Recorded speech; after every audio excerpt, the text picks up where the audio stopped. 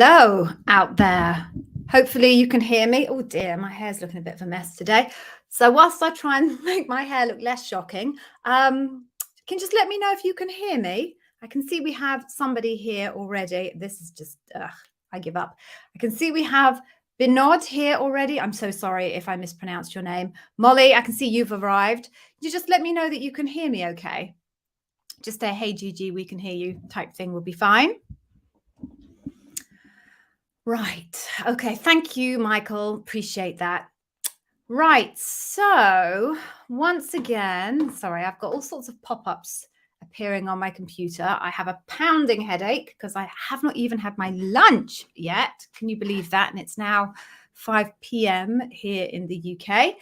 But we are good to go. So I am on my own today, so I just need to make sure I've done everything because I got very used to having my sidekick. He'd hate it if he heard me call him my sidekick, but used to having him around. So make sure I've got everything set up. Ticker tape is going. We're all good. Okay, so right. Let me introduce myself. I assume that most of you know who I am because you've probably been spending more time with me than you have maybe with your own friends and family over the past couple of days. But in case you don't know who I am Gigi, and I'm an ex-Amazonian, ex-bar raiser. I worked at Amazon for just on 5 years, actually. And in that time, I obviously interviewed hundreds and hundreds of candidates. And actually, I became a bar raiser. If you don't know what a bar raiser is, you can ask in the chat or go and check out the YouTube channel. But as an interviewer and a bar raiser, I was able to identify that if candidates had very specific coaching from people who were kind of experts on the inside, they did remarkably more well. How is that even English? How is it even English, Gigi? And that's my language. They did remarkably better than candidates who clearly hadn't had that type of coaching. I got really curious as to kind of, what does it cost? And back then, and it was a couple of years ago, it was quite a lot of money to get kind of my type of expertise. So I just started a YouTube channel giving out lots and lots of free content. And then when I left Amazon, I thought, hey, I might see if I can maybe turn this into something of a little side hustle. And that evolved into a business. I then met Yevgeny, and together we run Day One Careers. We offer really accessible, particularly if you're in the Western world, digital courses and one-to-one coaching to prep people for their Amazon interview. We obviously have this extensive YouTube channel. We're growing a presence on TikTok. So if you're on TikTok, please come and kind of follow me. There's not a lot of content there, but I would love the support. And of course on LinkedIn as well. So we're in all sorts of places offering you amazing, very specific, very, very actionable advice based on thousands of hours of interview experience between myself, Yevgeny, and some of our other friends who work here with us at Day One Careers. And part of that offering is, of course, here, this free Q&A, which we do every week, other than sometimes we have a week off. Yevgeny is in Canada still. He's been in Canada for ages, it feels like.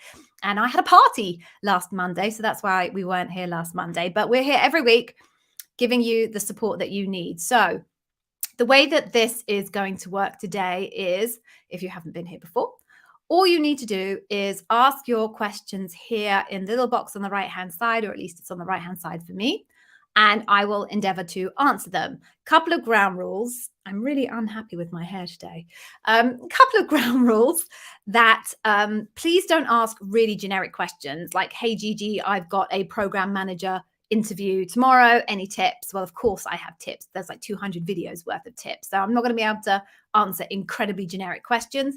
Equally, I'm afraid, swinging the pendulum to the other side, please don't ask me really specific technical questions about your specific job family, i.e., Gigi, I've got a hardware engineer interview tomorrow. What type of technical questions can I expect? There are, I think there's about 10,000 different job families now in Amazon, and no one person can be a technical expert in all 10,000 of those. Even 5 people couldn't be an expert in those. So I'm not going to be able to answer those type of questions. But anything that covers the universal truisms of the Amazon interview process, behavioral questions, kind of structures, all that processes, all that type of thing, I can definitely cover that off for you. So just avoid those two extremes and we'll be good in the middle. Okay. What else do I want to tell you? Right, stay until the end. I have literally the best Amazon interview preparation freebie out there. I'm very confident that it is that. So hang on until the end and I will share that with you. So for now, I'm just going to scroll down the list here on the right-hand side, say hello to people as I go along and pick up some questions. It'll be a little bit stop-start today because my Yevgeny is not here, but I will do my best. Right. So, hey, Molly, Game Slayer, Bernard, Michael, Kareen, Molly again, Michael again, Kareen again. You're so great. You guys are so cool. All right. Oh, I've got a question here. Okay. So let me just read this. Okay. I don't understand that question to Misra. So let me just quickly pop this up here. Oh, okay. You mean the topics to prepare. Right. Okay. All right. So for Amazon technical interview, what should be the ask in hiring management rounds? You mean topics to prepare. Okay. So first of all, I don't know what an Amazon technical interview is because there are thousands of technical job families, SDMs, SDEs, hardware engineers, software engineers, solutions architects, network engineers, blah, blah, blah, blah, blah, blah, blah. So please be specific, people. And the other thing you're asking me, so let's pretend that I don't know what technical interview you're going for, but the question being, what topics should you prepare for the hiring manager and the bar raiser rounds? Okay, you cannot specifically target topics for the hiring manager and the bar raiser rounds. Nobody knows what those people are going to ask you other than them. So what you're going to need to do is be prepared for any topic to be covered at any point. You can always ask your recruiter and see if they will give you more information. But chances are, in a loop where you're in a technical role, you're either going to find yourself facing a couple of interviews that are purely technical and then a few interviews that are behavioral, or you'll find yourself facing all of your interviews that are split 50-50 between technical and behavioral. Exactly what they're going to be, no one can tell you. Go through your job description to try and identify the key leadership principles. There is a video or two on the YouTube channel that will show you how to deconstruct your job description. Ask your recruiter what the key leadership principles are. They may tell you, but they're not going to tell you exactly which ones the hiring manager or the bar raiser are going to ask you. Ask them what technical kind of topics might be covered. Unlikely to tell you exactly which ones the hiring manager or the bar raiser are going to cover, but you can always ask. So I'm afraid I know that's not the answer that you were looking for. And the reality is it doesn't matter who you'd ask that question of. No one's going to be able to answer it for you. So you just need to make sure you are prepared as you possibly can be for all of your interviews. Okay, moving on.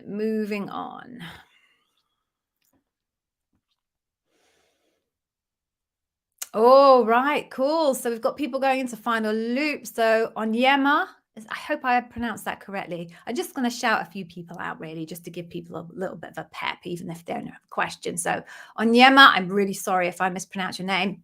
Fingers crossed for you on Friday. We hope you'll ace it too. Right. Okay. Oh, Michael. I mean, I had to pull this up because I'm a huge Trekkie.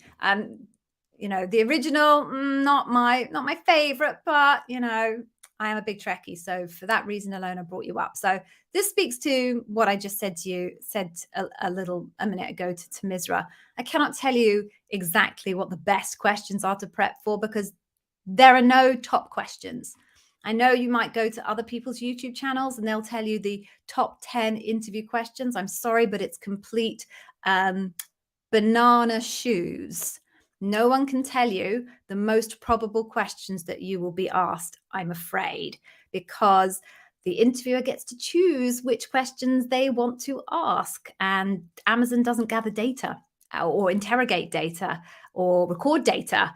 Well, they do record it, but not in a mineable fashion as to what questions people are being asked. So no one can tell you what the most likely questions are and therefore what the best ones are to prep for. That said, if you're in the early rounds, and I'm sure you'll have heard this on my videos, if you're in the early round, you can be very confident that you'll expect, tell me about yourself, why Amazon, maybe tell me about a recent project that you've done. You know, those are pretty good odds on that you'll get those. If you're in later rounds, then it could be anything. You have to really try and understand the key leadership principles for your role, and then prepare examples for those, and be prepared to be asked any questions from your key leadership principles that you've identified. And from a technical standpoint, could be anything, and certainly depends on which job family you're in. So the key thing here, everybody, is you've got to stop looking for the shortcuts. People present you with narratives that suggest that they have shortcuts. I'm sorry, they don't. They're misrepresenting the truth.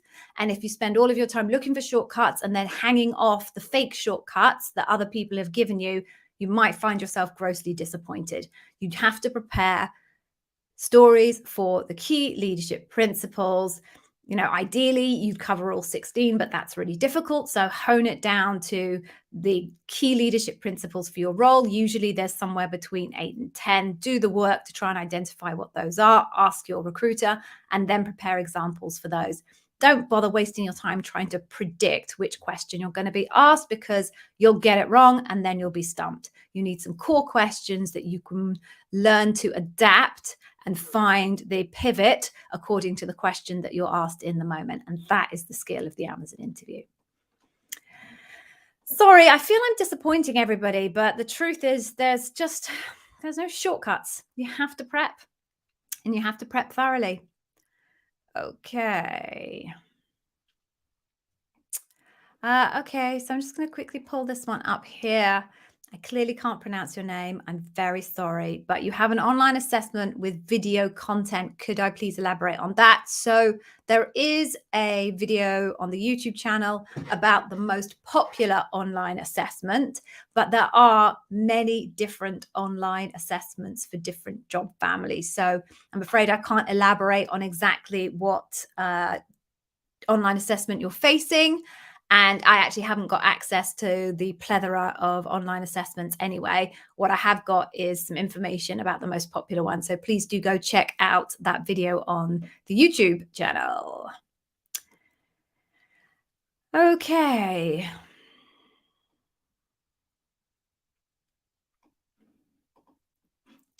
Okay, Molly. Okay, this lacks a little bit of context, but you've got 3 projects in your portfolio presentation. So did you tell me further on up what you do? You're a UX designer or something like that. I'm just scrolling up to see if I can see. Okay. Oh, visual designer. There we go. I thought I'd spotted that. All right. So not an expert on all of the different kind of technical, because this falls underneath technical interview aspects. As I said, oh, sorry, someone's calling me. Let me get rid of them. How do I get rid of them?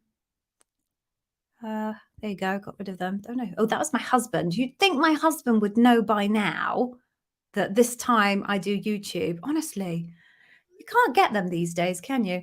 Anyway, what I was saying was, Molly, I cannot tell you whether 3 is the right number for that particular presentation, because I don't know the technical requirements of that particular aspect of a visual designer's interviewer. Can you include what other people say about you in the slides along with your basic introduction? I mean, you can, of course you can, Molly, but it's hearsay. And Amazon doesn't make decisions based on hearsay. What you say other people say about you is not really evidence that they said it. So no one's going to take points off you, Molly, if you choose to do that. But, my advice would be it's not going to make any difference to your outcome. So if it's going to take time out of your presentation or time out of your behavioral interview questions, I personally would suggest you don't waste that time on that, because it has no value. I hope that helps. Oh, that's nice, Samia. I'm glad you like the course. Everybody, Samia, I hope I've pronounced that correctly, likes our course. And I'm going to give you, I said at the beginning, I'm going to give you a great freebie. I'm going to give you a little taster of our fantastic course at the end. So make sure that you stay to get it. Okay, moving on then. Okay. Omaran, again, apologies if I've mispronounced your name. When they ask for a previous challenge, what are they expecting, big challenge? Okay. Well, I find that hard because that question is completely out of context. Like, no one says, "Can you tell me about a previous challenge?" That is not a behavioral interview question. But more broadly, I think I'll answer this with, if they're asking you anything, you need to go as big and as complex and as difficult as you possibly can in the example that you give. The bar for entering Amazon is very high. The scope and the complexity of roles at Amazon are much higher than their equivalent roles in other organizations by intention.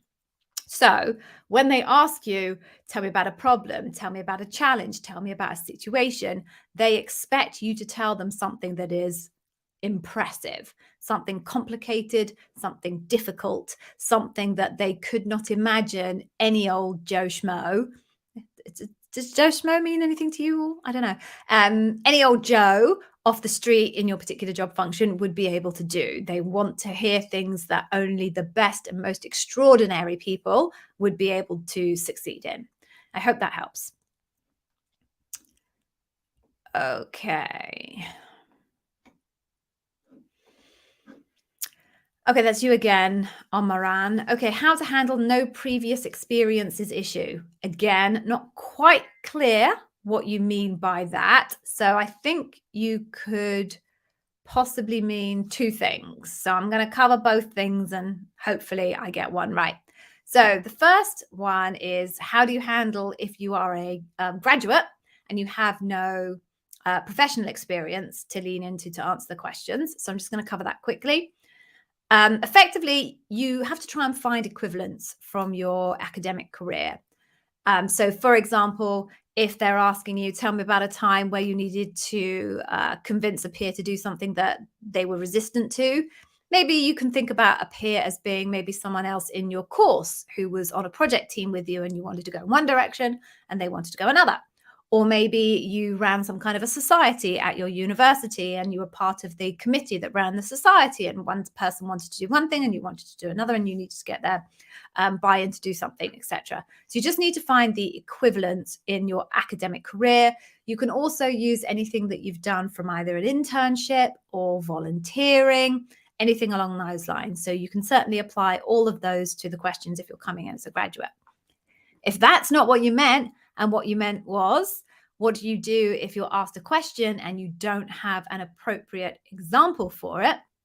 Then what you can do is try and identify whether you have an example in your head that's kind of like the question that you've been asked, and then say to your interviewer, I'm not sure I've got the exact example that for this question, but I do have an example that goes a little bit like this, and briefly summarize it up.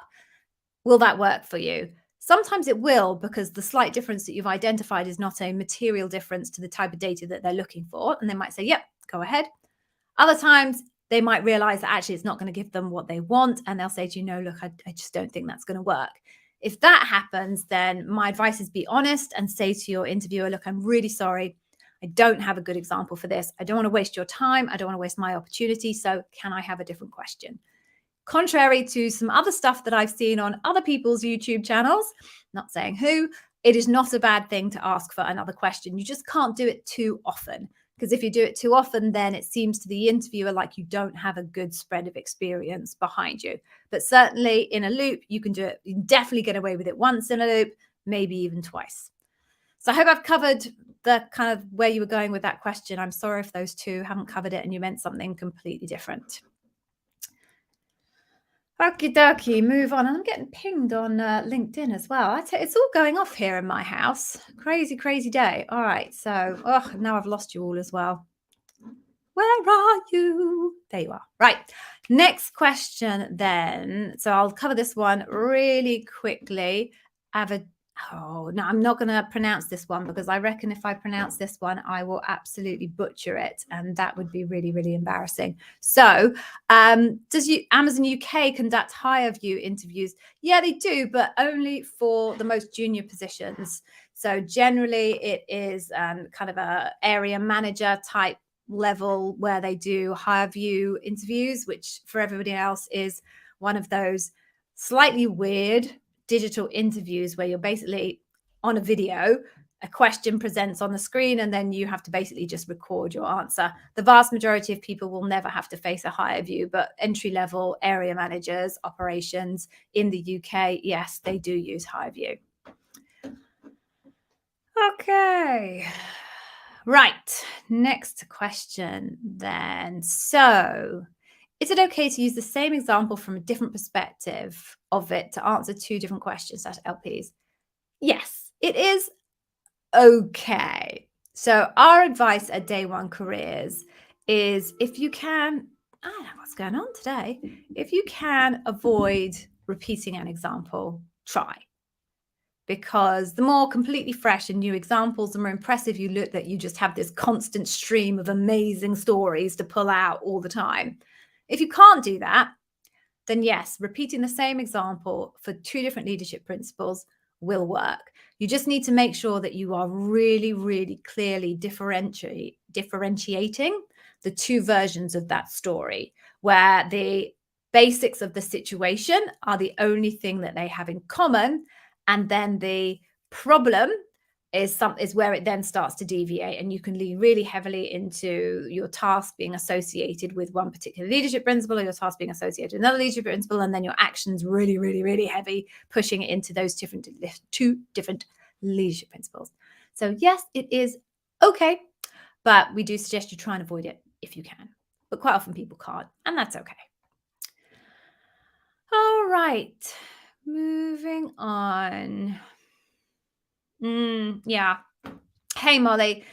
So I think I brought this up because this is a really good point that I just want to make clear to everybody, because this happens to me all the time where people send me messages saying, do you have any specific content for, I don't know, a hydration engineer manager or whatever it is? So Molly's telling us that she's trying to find content for a visual design interview and can't find it. The reality is, the majority of coaches are not going to make specific content for specific job families because it doesn't scale. So with the example of probably software development engineers and software development managers, where there are just so many roles out there, it is a scale job family. People generally don't make specific content for specific job families. Product managers, yes, okay. Sorry, those are my pipes, if you can hear that. That's dreadful. That sounds like my house is about to explode. Can you hear that? Oh my God. Anyway, most people don't make that type of content because it just doesn't scale. They focus on the content that's universal, that it doesn't matter what job family you're in, that you can use that content. So no, I have no specific tips for a visual designer. No specific tips for a visual designer. I'm really sorry.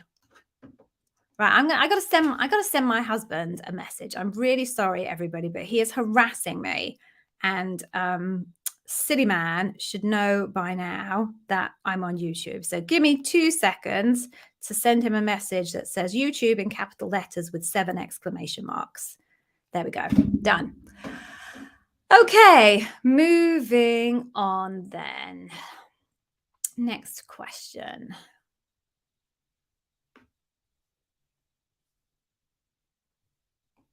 Okay. Hey, erratic prophet. That's so cool. You just completed your technical interview and you don't believe you did well. You may try to apply for another role later after more prep. Will your first poor performance follow you? It depends on what you call follow you, right? So there's no question that there will be notes in the system against your name that reflects your first interview experience and the comments of your interviewer associated with those. I'm going to turn off my phone. This is crazy. I don't know what's going on today. Right. Those notes will be in the system. Will it hold you back? Unless you were catastrophically horrific and someone has put a strong no hire against you in the system, which is so ridiculously rare, the probability is they'll look at your CV, resume, depending on what country you're in, and if it looks like you've potentially got the right skills, they'll invite you to do another assessment or technical interview and give you another go. So I would say, don't give up. There are plenty of people who fail their Amazon interview and go on to subsequently get hired. The vast majority of people that get hired these days are not first timers. They're second timers, third timers. So if you think you did badly in your technical interview and you don't have the results back yet, so possibility is that you didn't. But if it turns out that you didn't do so well, then spend some time reflecting on what you think you didn't do so well on, brush up on those, give yourself a little bit of time, and then apply again. Odds are not drastically against you. Okay, I hope that helped.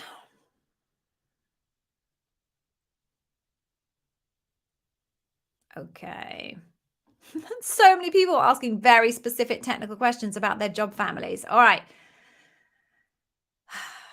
I'm just going to cover this quickly because I don't want you to think I'm ignoring you. I cannot tell you what to expect in terms of questions around public policy in the same way I can't tell anyone what to expect for the other job families. Check out your job description.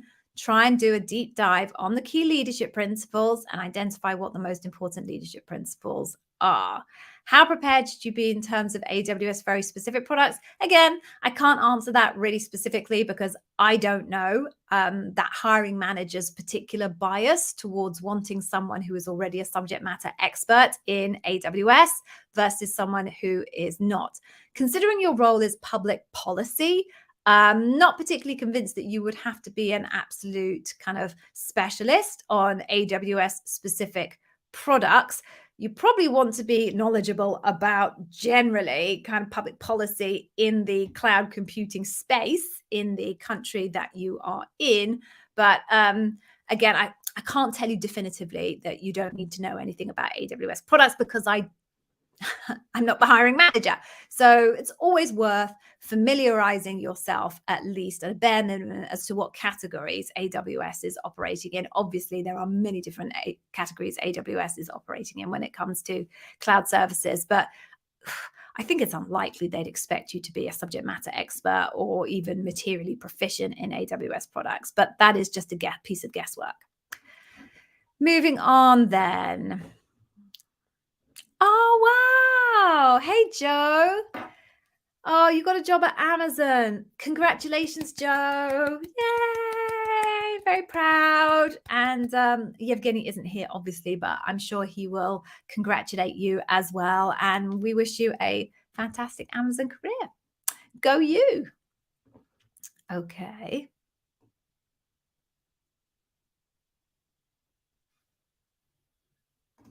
Okay, Game Slayer. This is weird. It didn't get through your final interview, but you got an email saying you're still under consideration and wait for next steps. Can I explain this process? Because you've never seen this happen before. I've never seen it happen before at all. There must be more to it, Game Slayer. Maybe they're saying that they're looking at you for other types of roles. You need to really be, check the language in the email. What can happen is people go through the final loop. The team feel that they're not right for that particular role and decide they don't want to hire them for that role, but actually they like them a lot and they think they've got good potential. And what the bar raiser will then do is say to the recruiter, can you see if we can find some other role that might be more appropriate for Game Slayer? Obviously, I'm assuming that's not the name you used for your interview, but there we go. And your recruiter will then spend some time looking to see if they can find other roles that might potentially suit you. If they do, you may still have to go through the whole interview process again. You may only have to go through a mini loop, or you may indeed only have to speak to a hiring manager. It can be any of those for various different reasons. So it's quite hard for me to comment on what your exact experience is because kind of the language of what you've used is just too abstract for me. But hopefully now I've said what I've said. And if you reread your email from the recruiter, maybe that will now start to make a little bit more sense. Okay, moving on then.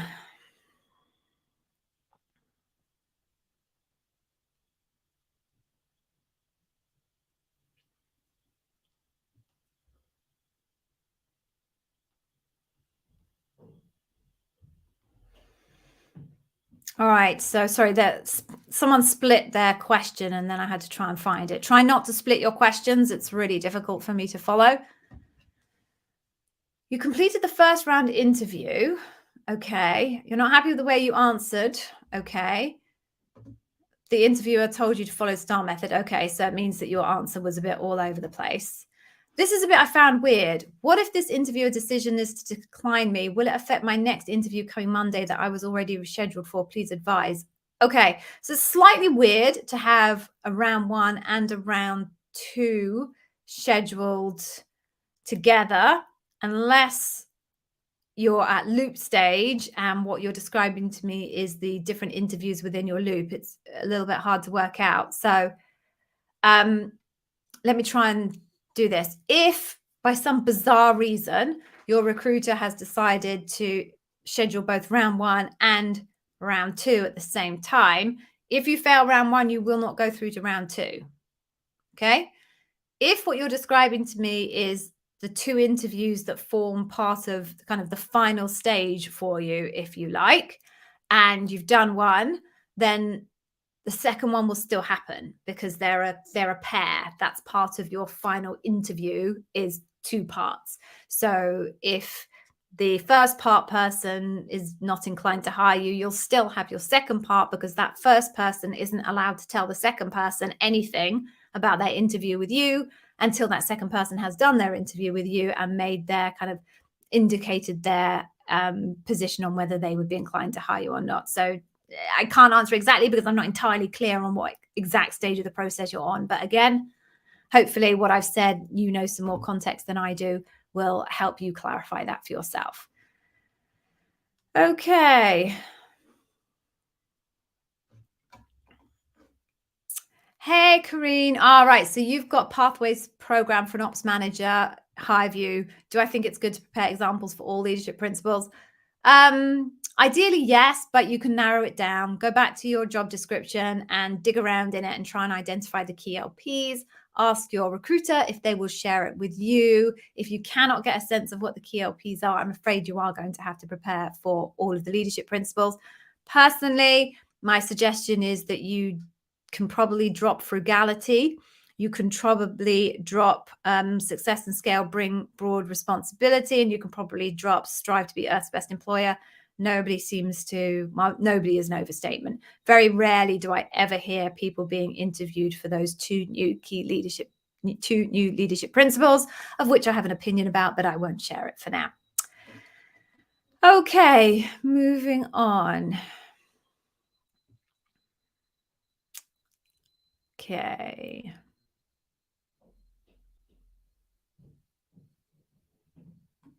All right. So during the loop, can you use similar examples with different interviewers? Well, I don't know what similar means. That's a very kind of unclearly defined word. You've got 7 people loop, which I'm assuming means you're going for an L7 role. Seems a lot. Well, it's pretty standard for an L7. How many examples for each principle should you have?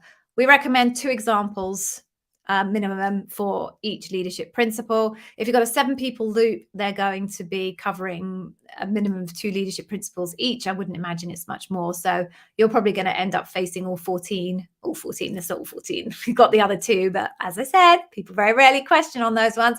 But I think you're going to need 2 examples for 14 of the leadership principles. Okay. What else do we have? Oh, Ashish. Okay. Oh, okay, Ashish. Right. So you've got a loop on the 21st. You have your loop on the 21st, and you've got your coaching session with me on the 21st, and that only gives you today to work on feedback. Do you suggest you move it up with another coach? Okay, Ashish. Can you contact me separately? We need to have a bit of a chat. You've got my course. So ping me on Discord, please, and we'll have a chat as a sideline. Okay, moving on then. Oh, right. We're halfway through, so I have to do this bit. Right. So I need to ask you a favor, which is clearly Yevgeny works very hard to bring you this content. I know he doesn't appear on the screen, but trust me, he's still working hard to bring you all of this free content. And we do it because we want to help and, all of that. But in return, we have a favor to ask you, which is whenever you watch any of our videos, please, please take a millisecond of time to give it a thumbs up or just put a little comment in. The reason we ask is these are positive engagement signals for the YouTube algorithm. If the YouTube algorithm sees you doing that, it knows, one, it surfaced the content to the right person, and two, this content is good and valuable content. And if it sees those two signals, it will push us up the algorithm ahead of some of the really quite dreadful content that still seems to surface highly in the YouTube algorithm because it's been around for such a long time. The YouTube algorithm has a fundamental flaw. It's biased towards tenure because it's biased towards number of likes and comments. And the longer something's on the platform, the more likes and comments it gets, blah, blah, blah. So we need you to please give us a thumbs up and give us a comment. And I'm going to ask you to do that now in the next couple of seconds for this particular video. But again, any other of our content that you watch, please, just a millisecond of your time is all it's going to take. But for now, please do go give this a thumbs up, and I'm just going to play you a little video whilst you go and do that. Live to stream. Live to stream. Live to stream.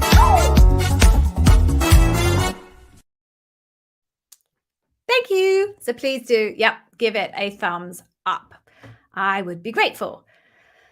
Okay, what else do we have here? Okay, here's a good question for you. You're guessing at what they look for in L6 versus an L7. Does Amazon give guidance on how to look at the leveling up and down? They don't give guidance externally. There are definitely documents for the majority of job families, which are called leveling guidelines, that management can look at, and it kind of gives you a broad sense of the difference between each of the different levels of seniority in that particular job family. But it's certainly not externally published. And actually, I'm not sure how helpful it really is because it's relatively broad brush, as you would imagine it would be. How they actually make an assessment as to whether they feel you're raising the bar at any particular level is actually they just compare you against their everyday lives spent interacting with people who are already at that level. So if a leveling guideline was written 10 years ago, which some of them are, I'm afraid, then like the bar has changed in 10 years. There's nobody, and again, I'm going to keep boring you all saying people on YouTube will tell you that they can tell you what an L7 is compared to an L6. They can't. All I, my colleagues, or anybody else who is an experienced Amazonian can do for you is benchmark you against their experience of people operating at that level at Amazon when they were there, because that's exactly what your interviewers are going to be doing themselves. So there's no way that anyone can say you got to get to this to be an L7, this is what that answer should look like, versus this to be an L6. They can tell you broad brush, but it's very broad brush. Really, you've got to focus on how can I make my story sound as challenging, as complex, that I'm interacting with as senior people as I possibly can, as higher impact as possible, as higher stakes as possible. Those are things that you need to push into your story to level yourself up. Trying to hit some bizarre checklist that says this is L7 versus this is L6, it's never going to work for you, right? Because the unknown variable is who you're being compared to internally, and you'll twist yourself in knots trying to come up with some kind of complex methodology for creating an L7 level example that really is just a bit broad brush anyway. So my tip is just push as much complexity and all those things that I just pointed out to you into your example, and don't necessarily worry about what exactly an L7 is and what exactly an L6 is, because you won't be able to manufacture it anyway. If it doesn't exist in your example, it doesn't exist in your example. If it exists in your example, then you'll talk about it. So ergo, it will be there if it's there. Hope that made sense. Okay. Game Slayer. All right. They said they're still considering you for the same role, which is an L1 software engineer. So maybe Game Slayer, what they're saying is there are other L1 software engineering roles out there, and it just happens that this is not the one that they're going to hire you for. That's the only thing I can imagine. I don't know why that would be and what would be the difference between this L1 software engineer and another L1 software engineer. I'm sorry, I do not know. But just keep pushing your recruiter Ask them whether you should be looking for other roles at the same time and applying for other roles, but try not to sit back and be passive. We always say to people, you really have to own your own interview, your experience, your own career. So don't sit back and wait. If it's not this time for you, then push a recruiter to move you on to other roles or apply for other roles yourself. Okay.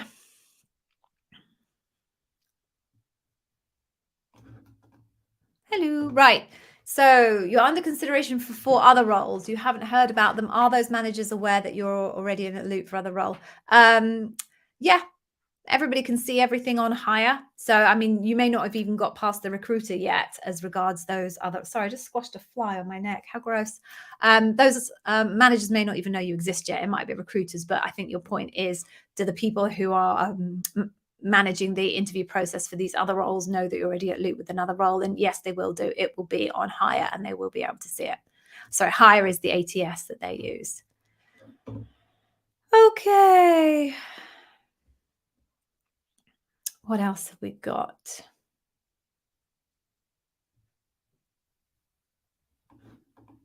Okay. Hey, with the engineer, Hamza.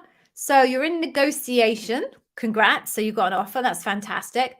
The recruiter said they need to get an exception approved. Yes. Is there a risk to not get the exception? Yes.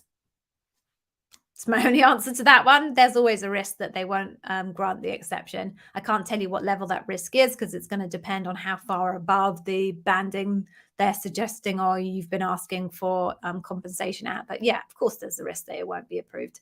If there wasn't, they wouldn't need to ask for approval. Okay, moving on then.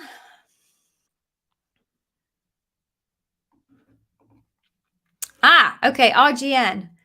Head of Solutions Architect. Right. It could either be an L6 or an L7. It's very unlikely to be an L5. Usually an L7 would be Senior Manager of Solutions Architecture. But AWS, some of the teams use these crazy titles that aren't quite in line with the nomenclature. So I can't tell you definitively, I'm afraid. I've seen head ofs being L7s. I've seen head ofs being L6s. I've never seen a head of being an L5. That's about as focused as I can get that answer for you. Okay. Oh, someone's saying that I've skipped their question. If I've skipped your question, it's usually because it's an unanswerable question. But let me just spin back. What's your name? Leanne. Let me just spin back up and see if I can see them. Folks, I'm running out of questions here, which is cool because we're running out of time. Oh, there you go. I found your questions. But if you have any more questions, please do pop them in the comments box. Let me just read this from Leanne. Okay, yeah.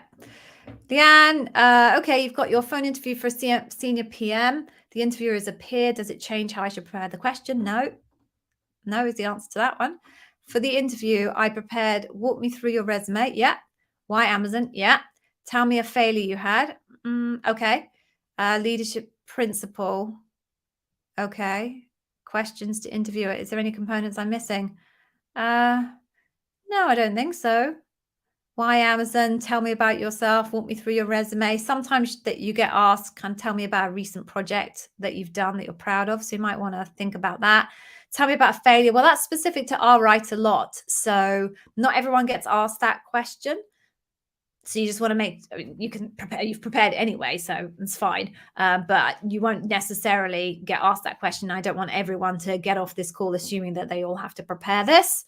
That's an I'll Write a Lot question. Leadership principles. Well, okay, 2 examples per leadership principle. Yeah, question to the interviewer. Yeah, that's it. No, nothing you're missing. But if you want to double check, you can go check out my 10-step process for preparing the Amazon interview. That should cover all of that off. Oh, you couldn't hear my pipes banging. I just got to Michael there who's saying you couldn't hear my pipes banging. Good. Okay. What else do we have?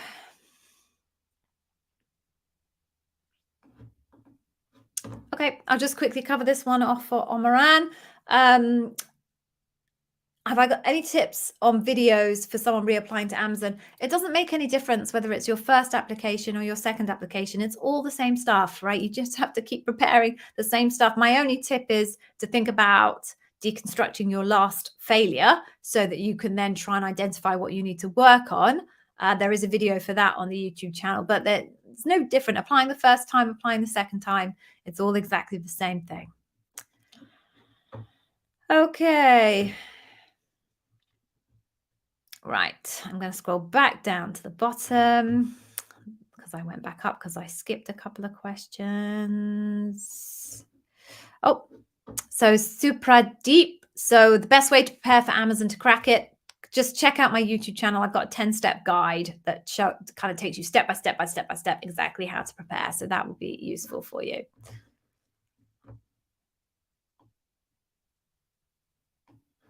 All right. Yeah, this is a good point. So any tips how to articulate leadership principles for a program manager? FC role when your experience has been with consumer ops. Okay. I'm afraid you won't hit the bar for the role you're interviewing for. Okay. So I can't give you the specific kind of angle for program manager FC because number one, we don't have time for me to go through an entire leadership principle example here. And number two, I don't necessarily have the subject matter expertise to do that. But I don't think that really matters fundamentally. Your goal is to talk about the leadership principles and talk about the behaviors that you executed in previous roles that align to the Amazon leadership principles. And yes, it is better if you can find a way of telling stories that show the type of work and the type of scenarios that are reflective of the role that you are going into. And if you can't do that because you're coming from a different type of role, that does make it slightly more difficult, or you may be at a slight disadvantage over somebody that's coming from that exact same job space. But there's nothing you can do about that. You can't change the way you tell a story about deliver results. A story about deliver results is told exactly the same way, whether you're in consumer ops or whether you're in business ops. It's the context of that story that's going to be different if you're coming from a different type of area. There's nothing you can do about that. That is the context. So focus on looking at the job description, trying to identify the type of work that is done in that team and seeing if you have any stories that reflect that type of work. Use those if you can, but focus much more importantly on the behaviors that the leadership principles are looking for you to be able to demonstrate, and use your best examples from the roles that you've been in. Okie dokie. I'm exhausted doing this by myself. I really am. Let me see. What else do we have here? I might just get a bit of water, although it'll probably make my lippy end up all over my face, but okay.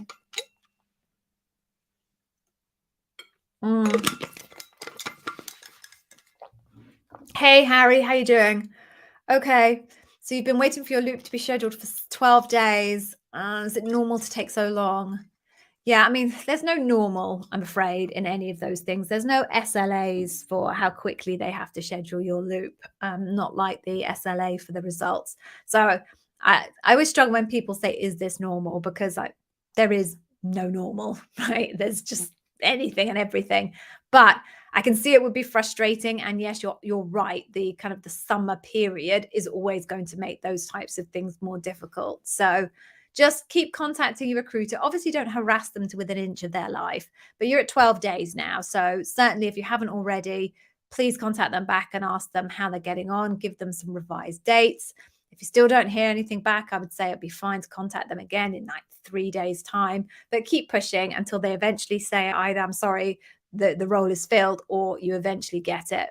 We've said this before, you have to own your own interview process. You've got to own your own career. Just be polite. Right? They won't be doing it on purpose. Okay.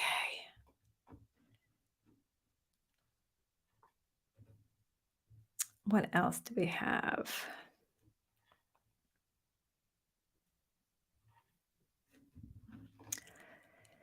Hey, Michael. Okay, so you're asking about the day one careers and what we offer.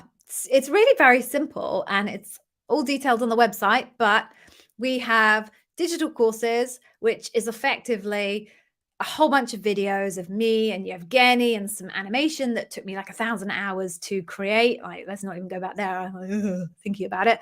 And it just tells you everything you need to know, literally tells you everything that you need to know in order to nail your Amazon interview process in the digital courses.